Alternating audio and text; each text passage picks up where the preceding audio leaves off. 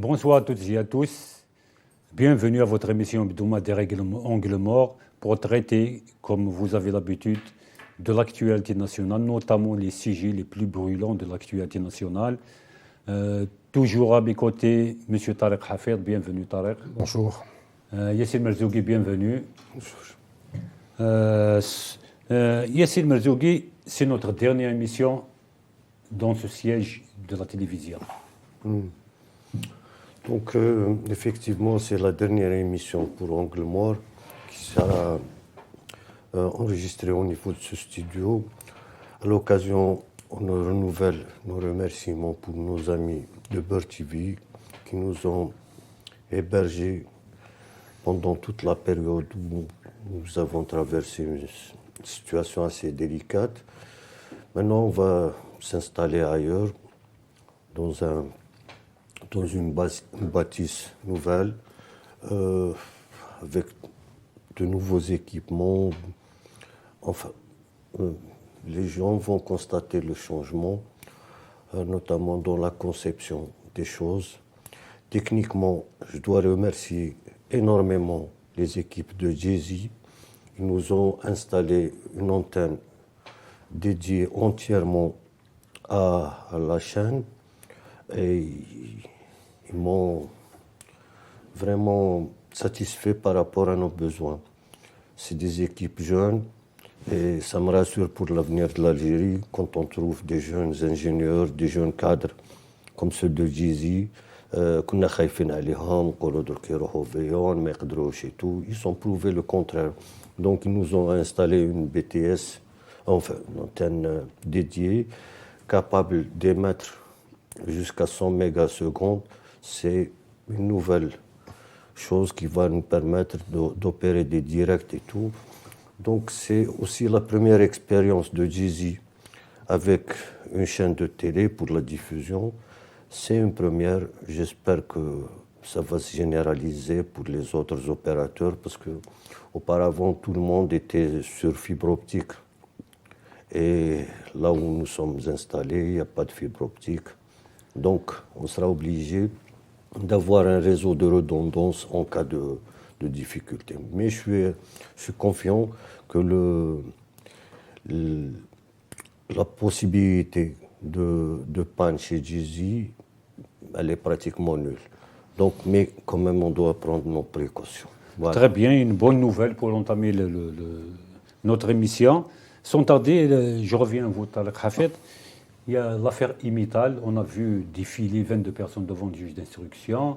On a vu 5 personnes parmi eux mises sur mandat de dépôt. Les accusations sont gravissimes. Il y a blanchiment d'argent, il y a conflit d'intérêts, il y a beaucoup de choses. Est-ce que vous pouvez nous rajouter un petit peu par rapport à tout ce qui a été dit dans cette affaire? Pour l'instant, ce que l'on sait, c'est qu'il y a eu des problèmes, visiblement des malversations au sein du groupe, mais aussi au sein du complexe de l'Hadjar. Et l'Agence nationale de récupération. Et l'Agence nationale de récupération. Il y a des accusations. On a à peu près le profil des responsables qui sont impliqués. Et maintenant, ce qui serait intéressant, c'est d'avoir plus de détails. Pour l'instant, on ne les a pas, c'est-à-dire sur les mécanismes de ces malversations. Je pense qu'à ce niveau-là, il faut attendre peut-être le procès. Mais pour l'instant, en tout cas, on ne sait pas. Moi, personnellement, en tout cas, je n'ai pas les détails. Enfin, les détails qu'on a eus, c'est le communiqué du procureur de la République. Enfin, il a parlé en plus. Le scandale a touché l'Agence nationale de récupération, un syndicaliste qui a été mis en prison. Ce n'est pas l'Agence nationale de récupération, c'est l'entreprise. C'est une entreprise. L'entreprise nationale de récupération, l'ENR.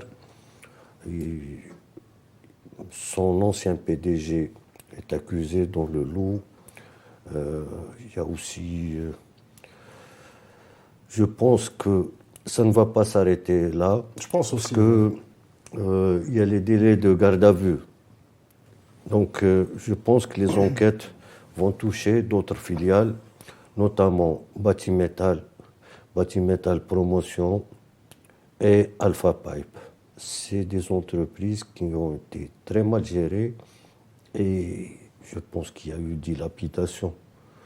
Donc, le communiqué il parle de dilapidation de deniers publics. Oui.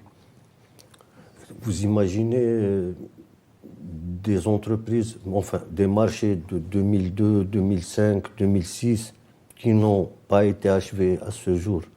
C'est-à-dire quand ils ont soumissionné au niveau de Batimetal ou les autres filiales, à l'autre, l'acier par exemple faisait du 1200 dinars. Maintenant, il est à 1800. Donc, il y a un écart.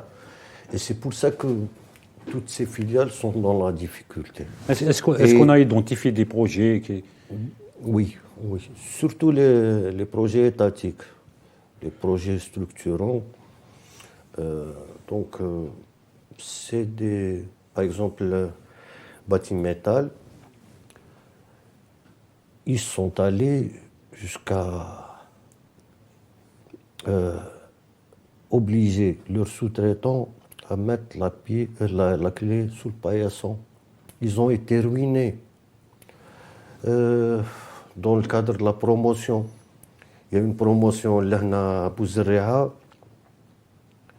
n'ont pas respecté le permis de construire. Il y a eu des complicités pour augmenter en hauteur et maintenant ils gênent le téléphérique. Soit on déplace le téléphérique, soit on détruit le bâtiment. Démolit. Et donc, c'est un groupe qui a besoin d'être revu au plan organisationnel. Si on prend par exemple Al-Rim, c'est un fleuron. Quand j'ai un واحد privé ou une société étrangère كيما هكذا عندها les moyens هادو يقدروا يروحوا بعيد. Mais c'est une entreprise qui tourne en rond. Et je ne sais pas pourquoi les gens gardent. Pour cause de mauvaise gestion. ماشي mauvaise gestion, فنيين. Ils ont tout. Ils ont tout. Une large possibilité de production, mais ils ne produisent pas. C'est-à-dire qu'ils maintiennent juste de quoi payer les salaires. Le patron d'Al-Rim est devenu par la suite le patron d'Imetal, c'est bien ça? Voilà, M. Tarek Bouslama, il est passé de Al-Rim et il a pris le groupe. Et maintenant, il y a M. Tayan qui est à la tête du groupe Al-Rim. Bon. D'ailleurs, il risque d'être blacklisté au niveau du ministère de la Défense. Parce qu'ils ont beaucoup de marchés avec le ministère de la Défense. Ils ont eu des marchés, ils n'ont pas respecté les engagements et ils ont causé beaucoup de retard dans les projets étatiques. Je pense qu'il est nécessaire maintenant de revoir toute l'organisation de ce groupe. Très bien. C'est une nécessité. Très bien. Donc, une autre question, un autre sujet. Tarek Hafed, depuis quelque temps, nous avons remarqué l'arrivée, enfin, disons, en masse de délégations russes. Nous avons par exemple la présidente de l'Assemblée qui est venue. Nous avons vu des hommes d'affaires, notamment dans l'automobile, qui sont venus. Nous avons vu la dernière fois Rosatom, des opérateurs dans nucléaire civil qui arrivent. À quoi rime ce balai de visiteurs? Alors, je pense qu'il y a une réflexion autour de la présence de l'économie russe en Afrique, notamment en Afrique du Nord, qui est en train de se positionner. Il ne faut pas oublier que autant l'Algérie et la Russie sont très proches sur le plan militaire, défense, sécurité, autant les Russes sont quasiment absents en Algérie. Absolument. Il n'y a pas vraiment de grands projets, de grands investissements, même dans le domaine, par exemple, dans le domaine pétrolier. Je me souviens qu'il y a eu une volonté, par exemple, de Lukoil de s'installer en Algérie, de développer des projets, alors ici en Algérie, dans certains pays du Sahel, en Irak, etc., mais ça n'a pas abouti. Et là, je pense qu'il y a une volonté de la part de la partie russe de vouloir essayer de réaliser des choses ici en Algérie en termes d'investissement. Donc c'est vrai, il y a eu Rosatom. Alors l'accord entre le COMENA, donc le commissariat à l'énergie nucléaire donc, algérien, et Rosatom date, il me semble, de 2014. Il y a 2014. Il y a un accord pour développer des projets dans le nucléaire civil, donc bien sûr pour l'énergie nucléaire. Les projets, bon, bien sûr, ça relève quand même, c'est d'un domaine qui est assez sensible pour différentes raisons. Et on n'en a pas vraiment parlé, on n'a pas vraiment d'informations là-dessus. Mais là, il semble qu'il y ait une volonté de poursuivre dans le sens de cet accord. Il y a des hommes d'affaires russes spécialisés dans l'automobile aussi qui étaient à Alger, dans l'énergie pétrolière, dans gazière, etc. Il y a beaucoup de choses qui peuvent être faites entre les deux pays. Maintenant, il faut que ça matche. Il faut qu'il y ait réellement des projets sur lesquels ils peuvent s'entendre. Merci Talha. Yassine, enfin la même question, mais pourquoi en ce moment, lorsque l'on sait que la Russie elle est engagée dans une guerre, sur le plan géopolitique, est-ce que ça va peser? Non, En plus, c'est la question concernant l'Algérie, pourquoi en ce moment? je corrige d'abord, c'est pas une guerre, c'est une opération militaire spéciale. Oui, enfin, les Russes, ça peut être... Oui, d'accord. Donc c'est un peu ça. Le contexte, non. Pour une fois, l'Algérie est gouvernée par des gens qui n'ont pas peur de l'Élysée. L'exemple, Rosatom. On avait signé en 2014, c'était un projet ambitieux dans la formation, dans l'exploitation de l'énergie nucléaire, dans l'activité civile, dans le médical, beaucoup de choses. Mais il y avait des gens, les Khafom français, ils ont tout gelé. Maintenant, c'est repris avec plus de rigueur et je pense que ça va aboutir. Donc vous voulez dire que l'Élysée ne s'immisce plus dans nos affaires internes? Ils n'osent même plus. D'accord. Donc avant l'Élysée... Oui, c'est stratégique. C'est comme dans le secteur pétrolier et gazier. Les Russes, ils ont beaucoup d'entreprises qui voulaient rentrer en Algérie. Ils ont eu des bâtons dans les roues. Maintenant, les Russes, ils sont bien vus dans le secteur pétrolier algérien. Et puis, même des technologies. Ils ont des sociétés dans les services, autant dans le gaz que dans le pétrole, qui sont très performants. Et on se paye ces services en euros chez les Européens. Alors que les Européens, ils n'ont pas de gisement, mis à part les Anglais, les Hollandais et tout, les Norvégiens, mais le reste. Pourquoi ramener un Allemand? Il dit l'exploitation du pétrole. Il n'a pas de pétrole chez lui. Effectivement. Donc, c'est un peu ça. Pour revenir à tout ça, je pense que les Russes ont engagé beaucoup d'efforts dans l'Afrique subsaharienne, dans tous les domaines, la construction, la formation, et même Wagner, qui est présent dans 2 ou 3 pays de l'Afrique. Donc c'est un peu ça. Ils veulent développer une autre forme de business avec surtout les pays de l'Afrique du Nord, notamment la Libye, l'Algérie. C'est une bonne position. Le fait de sortir uniquement de l'armement jusqu'à la production industrielle et pétrolière, ça c'est une bonne chose. Et maintenant, l'Algérie est libre de choisir les partenaires qu'elle veut. Il n'y a plus de pression comme auparavant. يبداو يحركوا الإعلام نتاعهم les médias وتوعنا يروحوا شغل. Très bien, merci Yassine. Je reviens vers vous. Vous avez parlé de projets ambitieux. Enfin, une petite question, que gagne l'Algérie dans ces ambitions, de projets ambitieux? Par rapport aux Russes? Oui, avec les Russes.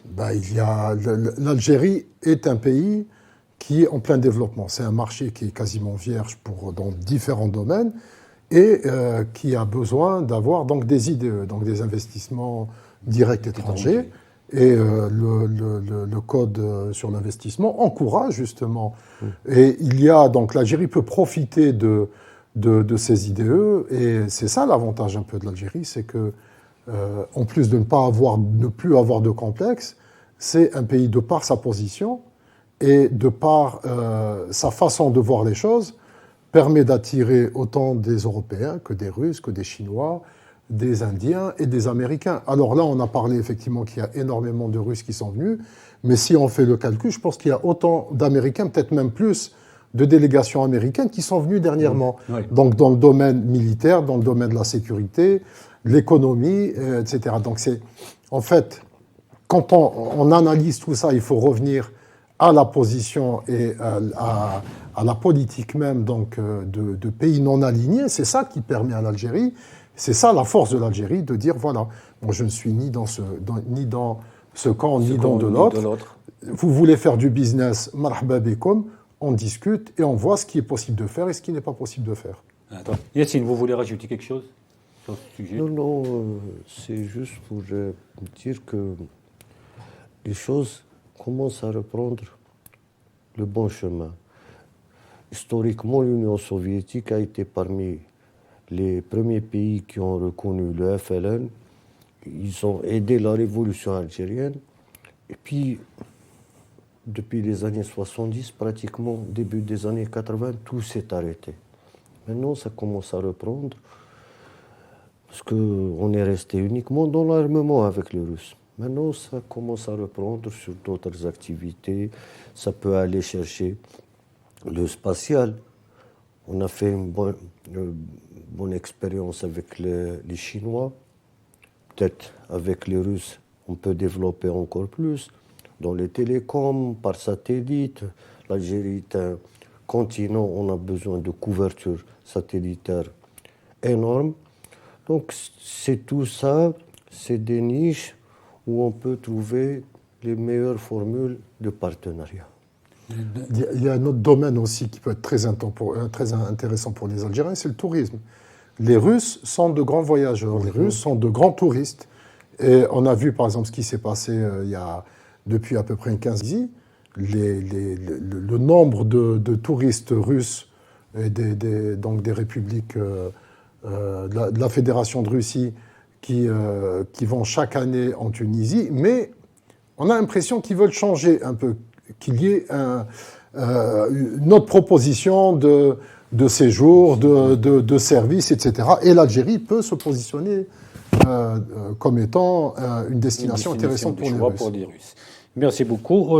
Pour rester dans les investissements, il y a la marque Jacques de voitures qui investit. Est-ce qu'on a plus d'informations sur le sujet? Ils font partie des deux premiers opérateurs qui ont eu des agréments. Trois, d'accord. Trois, oui. Donc il y a Opel, Fiat, enfin Stellantis qui va commencer par produire Fiat et pardon. Et la marque Jacques qui a animé un petit point de presse au courant de la semaine pour expliquer un peu sa démarche qui va commencer à importer des véhicules avec une large panoplie, avec, je crois, 33 modèles, allant du camion jusqu'aux petits camions, les petites camionnettes. Les petites camionnettes, il y a les véhicules utilitaires, il y a aussi le véhicule citadin. J'étais content pour lui, pour M. Nihat. C'est Eminoto. Eminoto, son patron est d'origine turque, effectivement. Mais ça fait bien longtemps qu'il est en Algérie, où il a des Algériens et tout. Donc, enfin, pour précision, Eminoto a réalisé un investissement, mais qui n'a pas pu produire depuis. Non, c'était la corruption, le facette. Il avait investi, je crois, 14 milliards de dinars sur une usine, là, en Algérie, mais depuis pratiquement 9 ans, oui, elle a la habsa. Effectivement. Cette fois-ci, avec le nouveau code de l'investissement, il pourra monter son usine et produire ici en Algérie, faire travailler les Algériens directement ou indirectement, faire travailler les sous-traitants algériens, augmenter la capacité de production, l'intégration, tout ça, et ça va nous donner une idée sur l'industrie de l'automobile. Parce que un étranger qui a déjà de l'expérience en Turquie et ailleurs, qui va s'installer en Algérie, il va nous montrer le bon chemin. C'est-à-dire comment trouver les raccourcis avec le minimum de charges possible, le temps qui est un élément important dans la chaîne de production, et tout ça, l'organisation, les Algériens. Donc c'est une bonne chose, je suis content pour lui. Je l'ai accueilli dans une émission en 2019 sur la chaîne Hayat. Bon, c'est un battant, c'est quelqu'un qui se bat. Donc il était pratiquement dans l'expectative, il ne savait pas où aller, ni à qui s'adresser pour régler ce problème. Il s'était plaint un peu partout, mais son problème n'a puis, jamais été réglé. Il est passé d'un gros chiffre d'affaires, ça chiffrait par milliards de dinars, jusqu'à quelque chose comme 20 millions ou 30 millions de dinars par an. Et il a perdu beaucoup de ses investissements, beaucoup d'efforts. Maintenant, je suis content pour lui. Et j'ai ressenti chez lui De la volonté. de la volonté et puis un espoir pour aller. Parce que le jour où il y avait le représentant chinois de la maison mère qui a aussi été très content de découvrir l'environnement industriel ici en Algérie. Il a trouvé qu'il y a beaucoup d'opportunités pour travailler ici en Algérie. Donc, autant la maison mère chinoise qui produit Jacques que Eminento, ils sont très confiants pour l'avenir. Et ils ont constaté que les choses ont nettement changé, notamment avec le nouveau code des investissements. Eh ben, très bien, nous souhaitons bonne chance. Oui, Tarek. Bon, c'est vrai, on est en train de relancer l'activité industrielle automobile, il va y avoir des véhicules qui vont être importés, etc. Maintenant, je pense, est-ce qu'il faut obligatoirement aller vers une réflexion sur les normes, sur la question des normes? Parce que certaines marques ont ramené des carcasses, c'est-à-dire des tombeaux et des tombes ambulantes. Il y a certaines marques. Certaines marques chinoises, mais qui ne sont pas aux normes, qui ne devraient pas rouler sur les routes algériennes. Après, est-ce qu'il y a une volonté effectivement d'aller vers une volonté de proposer des produits de qualité aux normes? Actuellement, les normes les plus rigoureuses, c'est les normes européennes. Je dois rappeler que les marques, même chinoises, indiennes, ils respectaient le cahier des charges. C'est Bouchoir Bladim. Il a changé le cahier des charges. L'airbag n'est plus une exigence. Il est devenu une option. Voilà.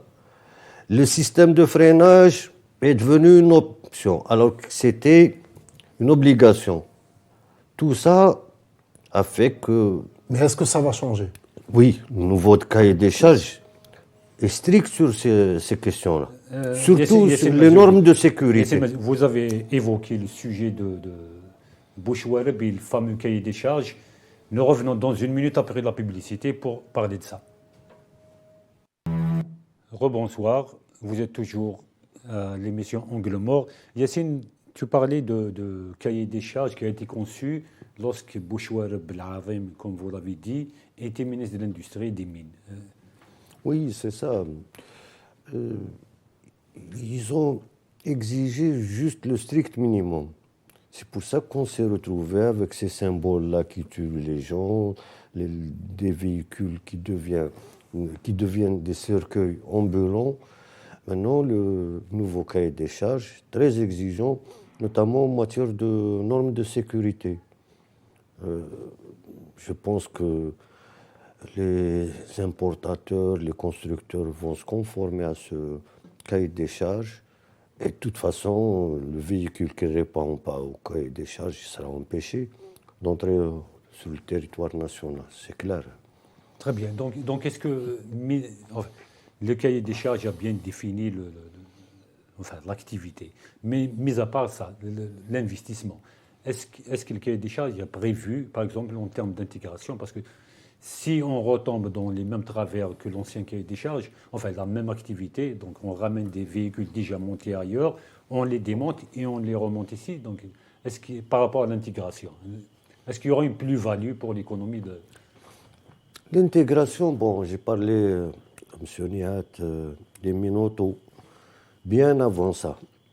Alors, il a dit que son étude, il a étudié le marché algérien, il trouvait qu'il pouvait démarrer avec déjà 20% d'investissement. C'est ambitieux, ça. On a le boulon, on a le câble électrique, on a le pneu qui est fabriqué chez Irissat, on a le plastique, on a les batteries. Les pare-brises, tous les accessoires en verre. Oui. Voilà. Donc, on peut aller dès le départ sur 20%. Et donc, il y aura un réseau de sous-traitants qui va travailler. Pourquoi importer un câble qui est produit ici en Algérie? En toute sincérité, je raconte, j'avais une voiture, j'ai vu une pièce en plastique, elle a été fabriquée dans un pays voisin, j'étais étonné. Comment se fait-il que nous n'avons pas pu fabriquer une telle pièce? Parce qu'il y a eu une stratégie, ils ont dit à un certain moment, dans ce pays voisin, voilà, nous allons aller vers le marché de la sous-traitance. C'est tout. Et nous, voilà. Il y a des Algériens qui fabriquent des pièces pour Boeing. Oui. Ouais. Donc, pourquoi les priver de produire des pièces pour les véhicules montés ici en Algérie? Donc, même les gens, bon, j'ai fait beaucoup d'études sur cette question, même les importateurs de la pièce de rechange, maintenant, ils ont constaté qu'on peut produire des pièces de rechange ici en Algérie. J'ai vu des gens qui ont commencé par les plaquettes de frein. Oui, plaquettes de frein. Les radiateurs, par exemple. Je sais, à Gherdaya, il y a des opérateurs qui font des radiateurs de différentes marques automobiles. Oui. Est-ce que tout ça est intégré dans le projet de tout ce qui est tapisserie, tout ce qui est... La tapisserie, c'est du plastique. Le plastique, en Algérie. Pourquoi importer tout ça de l'étranger? Donc, il y a toutes les conditions pour bien commencer la production de l'automobile ici en Algérie. Très bien, merci pour toutes ces précisions. Je vais poser une question, pas sur l'investissement, mais toujours dans les affaires de justice. Nous avons vu récemment l'Abacha,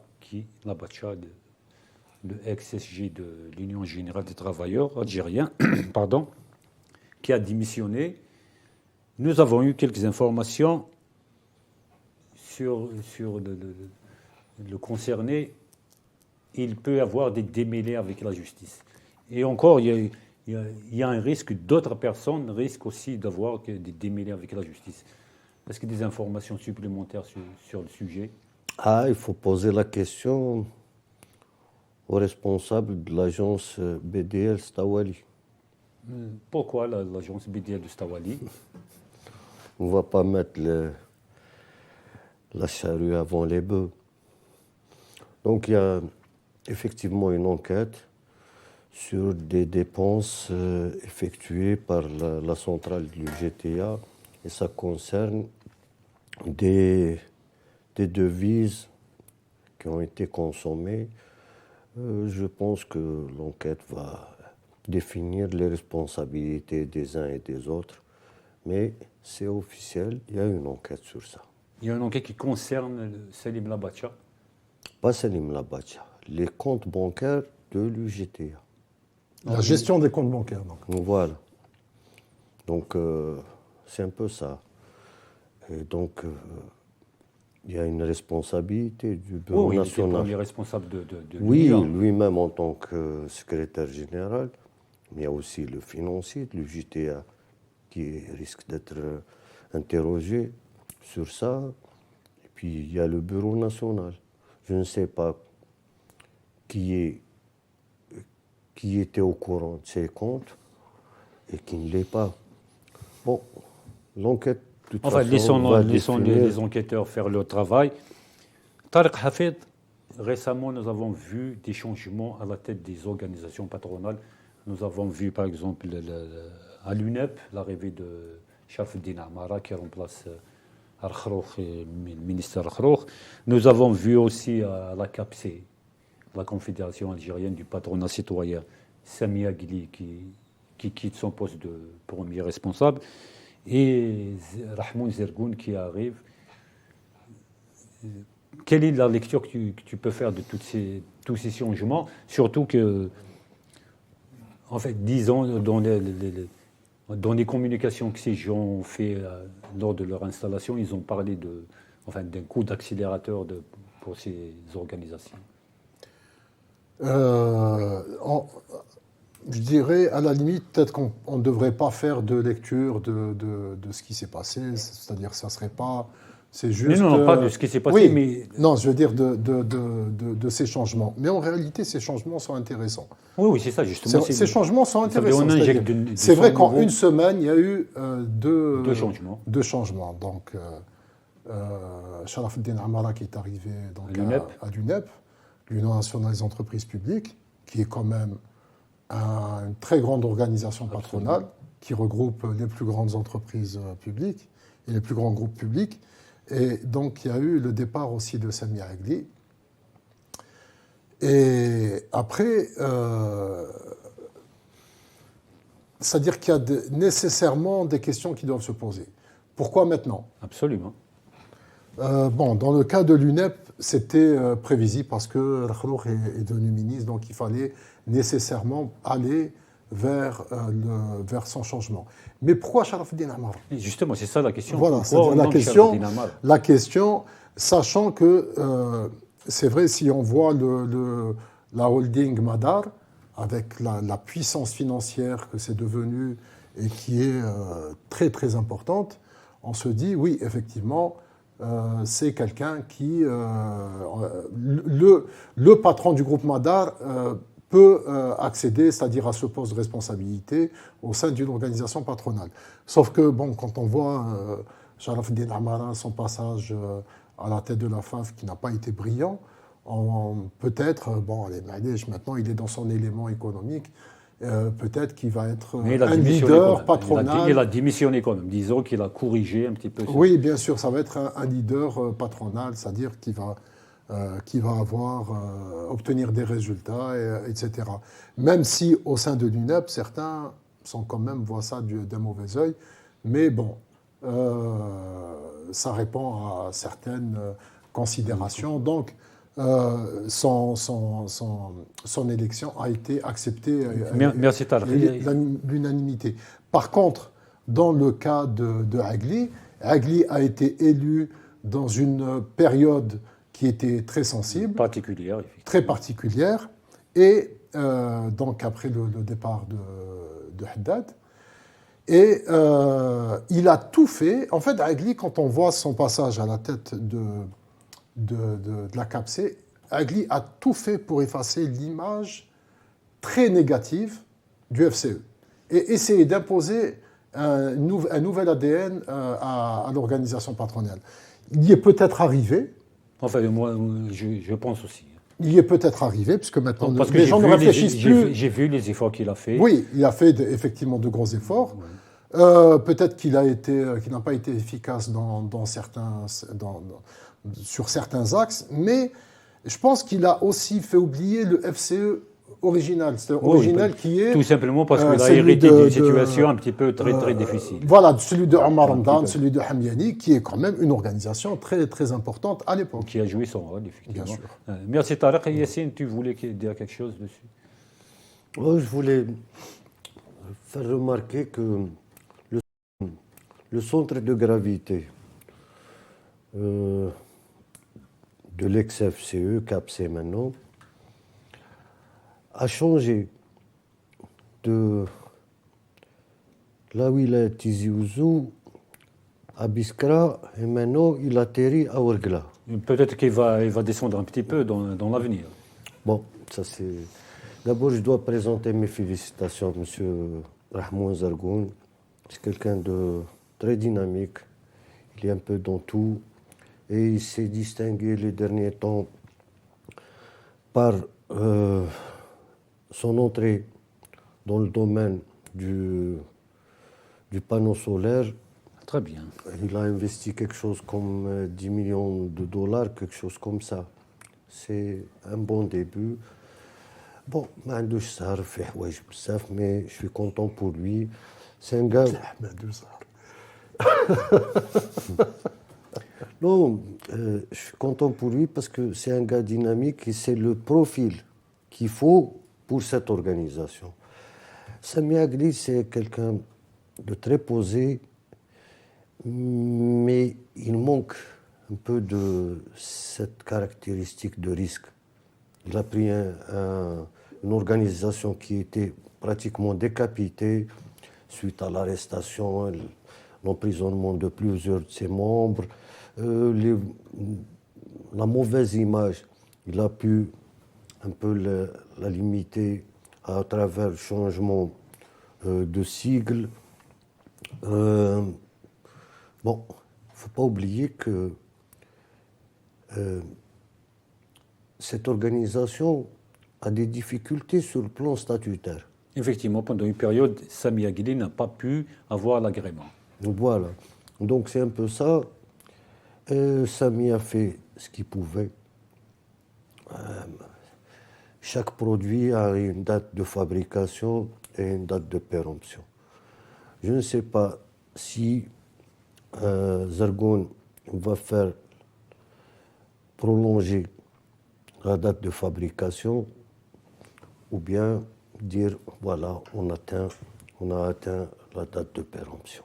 Est-ce que la CAPC a un rôle à jouer actuellement, Tarek? Toutes les organisations patronales ont un rôle à jouer. C'est important. Mais après, c'est-à-dire, c'est bien d'avoir plusieurs organisations, mais aussi, ça serait bien aussi d'avoir une grosse organisation patronale forte, où il y aurait le privé et le public. Un peu comme il en existe par exemple en France. Ça serait vraiment très très intéressant. Maintenant, on est dans un système où il y en a à peu près 5 ou 6 d'organisations.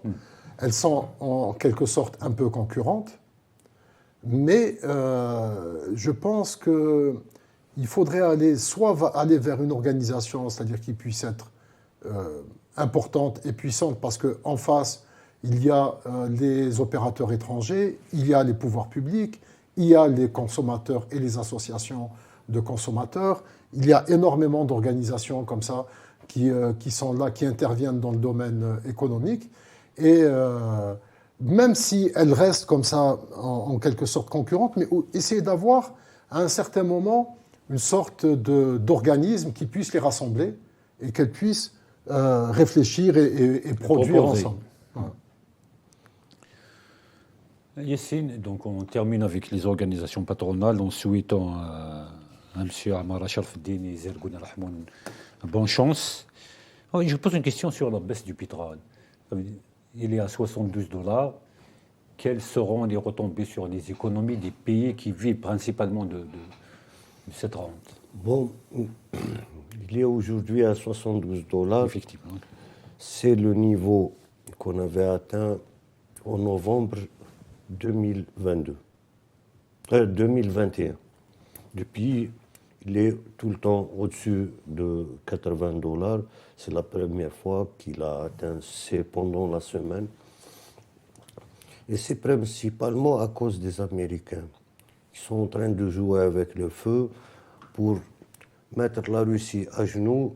Ils sont en train de puiser dans leur stock stratégique et inonder les marchés avec des quantités énormes de produits pétroliers. C'est un peu ça, c'est toujours l'offre et la demande. Mais jusqu'à quel point les Américains vont pouvoir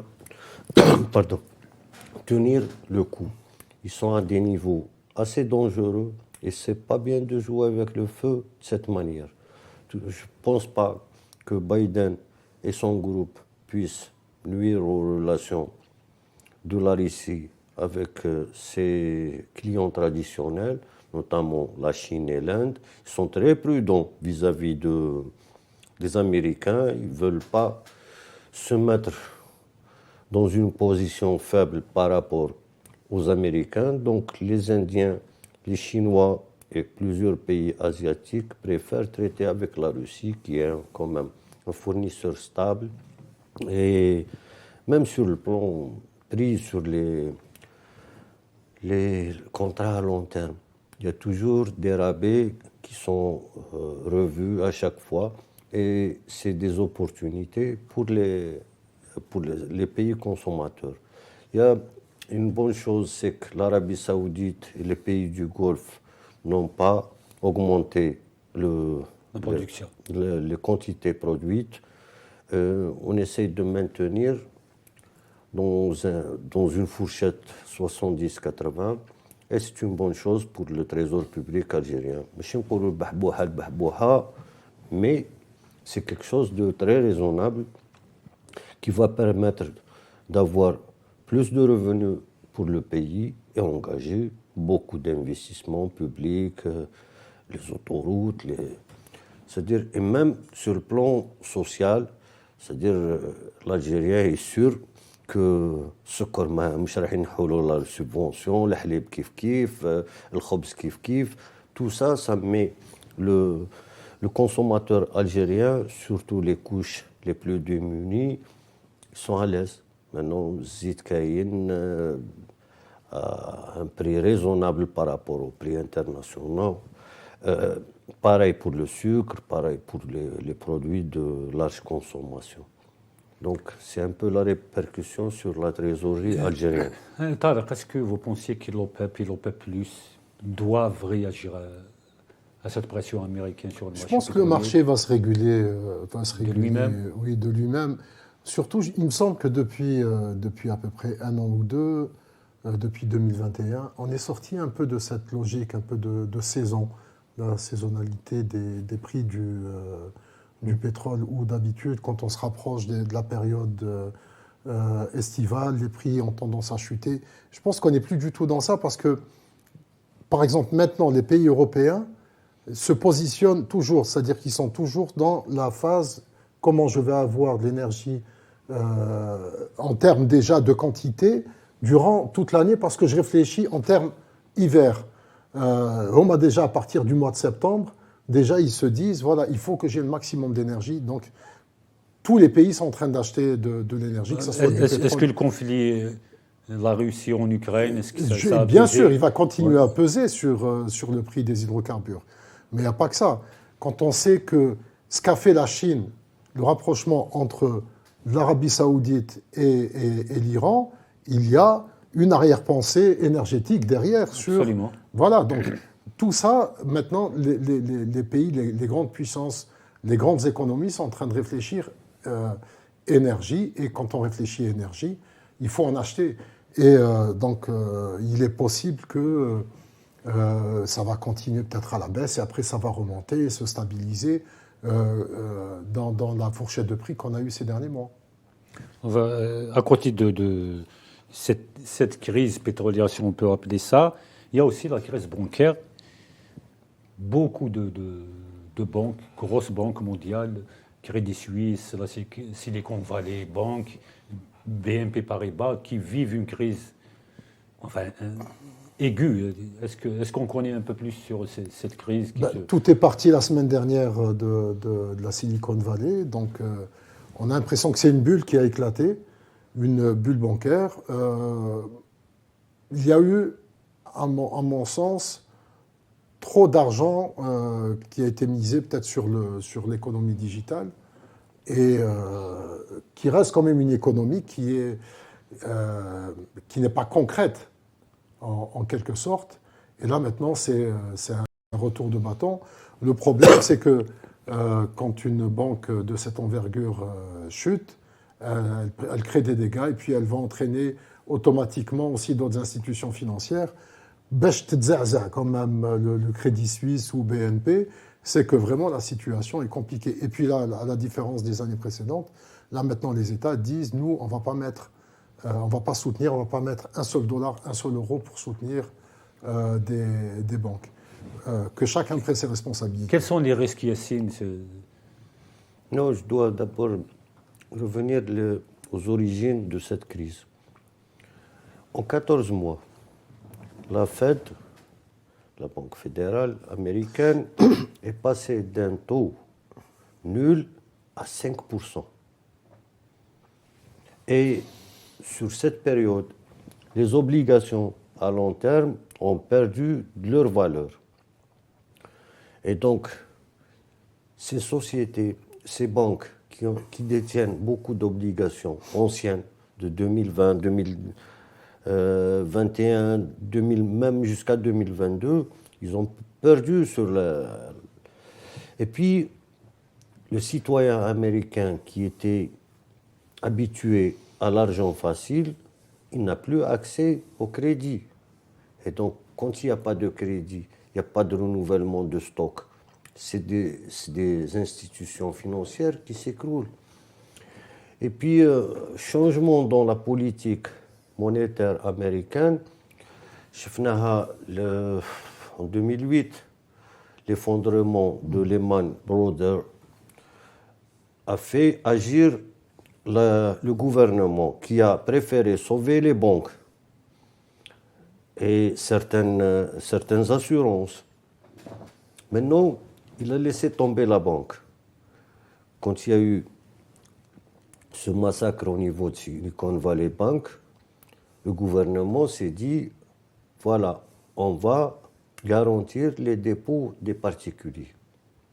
OK. Mais c'est une politique qui va mener les États-Unis à la ruine. Ici, tous les particuliers retirent leur argent. Bon, c'est pas ça le problème, il faut réfléchir. Ils ont dit nos citoyens, c'est-à-dire le Saoudien qui a acheté des obligations dans cette banque, à travers cette banque, Tafret Fair. Qui c'est qui va investir à l'avenir sur les obligations américaines? Donc, c'est un peu ça. Puis il y a Crédit Suisse qui est une autre histoire. Je pense que les Saoudiens, il y a un fonds d'investissement saoudien qui détient 9,9. C'est le départ social du capital de Crédit Suisse. C'est lui qui va faire la pluie et le beau temps. S'il augmente sa part, il va rassurer les investisseurs. Mais s'il décide de se retirer, Crédit Suisse va s'effondrer fatalement. Il y a les banques françaises, parce qu'ils se croyaient plus intelligents que les autres. Les banques françaises ont tout fait pour empêcher l'augmentation des taux d'intérêt au niveau de l'Union européenne. La Banque centrale, parce que, comme Christine Lagarde, patronne de la Banque centrale européenne, donc,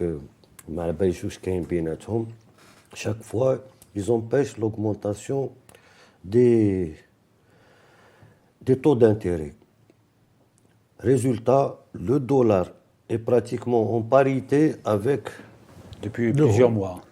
Avec l'euro. Et puis, il n'y a plus d'investisseurs sur le marché européen. C'est des capitaux qui voyagent ailleurs, là où il y a une plus-value. Donc la chute, je crois, BNP Paribas a perdu en une semaine 6%. Ouais. Société Générale est allée jusqu'à 12%. Inch'Allah, 100% bientôt. Juste pour terminer, une dernière question, brève, directe.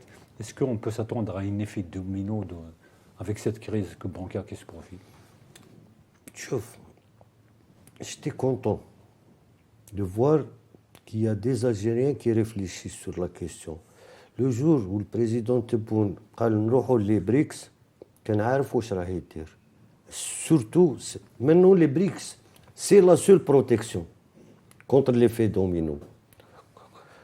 Toutes les banques dans le monde sont interconnectées. Il y a une banque qui détient des parts dans une autre banque et l'inverse. Donc, un chevauchement. Voilà. Il y a trop de conflits d'intérêts et si l'une d'entre elles, par exemple, Silicon Valley Bank, s'est écroulée aux États-Unis, eh ben, elle a revendu sa filiale en Angleterre pour 1 livre sterling. C'est-à-dire une banque qui valait des milliards, maintenant elle vaut 1 livre sterling. Personne ne veut investir là-dessus. Et ça va s'enchaîner. Le système des BRICS, c'est une protection. C'est une protection parce qu'il est déconnecté de tout ça. Ce n'est pas la même politique. Mais chez Menja, on a le crédit et tout. Donc, c'est des ensembles autonomes par rapport à un tout. Oui, même les investissements, bon, ils ont quelque chose comme actuellement 100 milliards en caisse. C'est-à-dire, les hauts drahmou عندهم ما يخافش عليهم. Mais aller investir dans les obligations américaines avec tout ce qui se passe, c'est la fin pour les gens. Merci Yassine. On va attendre quelques jours. Peut-être, pardon. Peut-être on en parlera la semaine prochaine, la prochaine émission. C'est la fin de notre émission, c'est la fin de votre rendez-vous hebdomadaire. Nous vous donnerons rendez-vous la semaine prochaine. D'ici là, prenez soin de vous et à bientôt.